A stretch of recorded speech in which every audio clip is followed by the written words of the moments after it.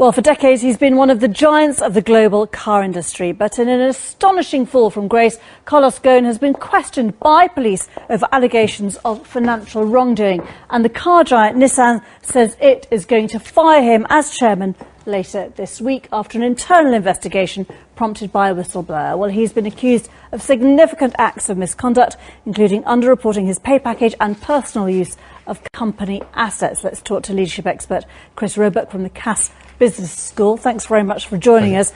Important to just remind everyone that, as our correspondent in Tokyo said, this is not about tax, this is about under-declaring. Can you explain a bit more what that is meant by?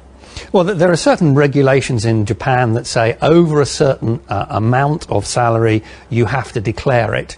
And there has been a little bit of history in Japan with people trying to under-declare so they don't actually have to make their earnings fully public. So that's what he's done. So it might not be a criminal offence, but it is a breach of the stock exchange rules.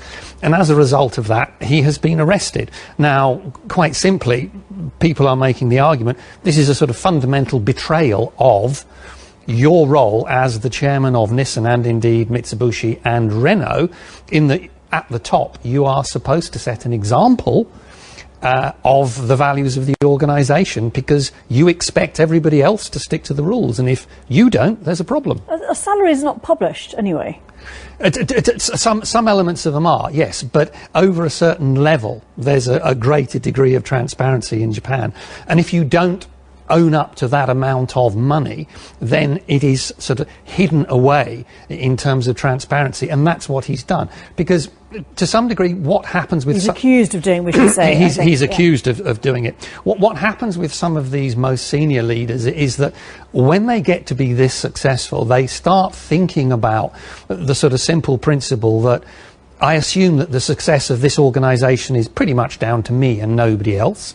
They start then losing their humility. They then start thinking they're in a special category and therefore they don't have to stick to the rules that other people have to stick to. Well, that's a very, very damning generalisation, isn't it? And a rather cynical view. We don't know for a start whether Carlos Ghosn is guilty of doing what he's accused of doing. And also, I mean, people in these positions are, you know, very high calibre and huge levels of pressure. So to take that cynical view is perhaps unfair? No, I think if we look back over the last 25 years, we see that within leadership groups there are certain individuals who overstep the mark and make the assumption that they don't have to stick to the rules that everybody else has to stick to some degree or another. And the problem comes when it gets to the level that they don't just behave in a way that makes people think that they are assuming that everything is down to them, but they start physically breaking rules and potentially breaking regulations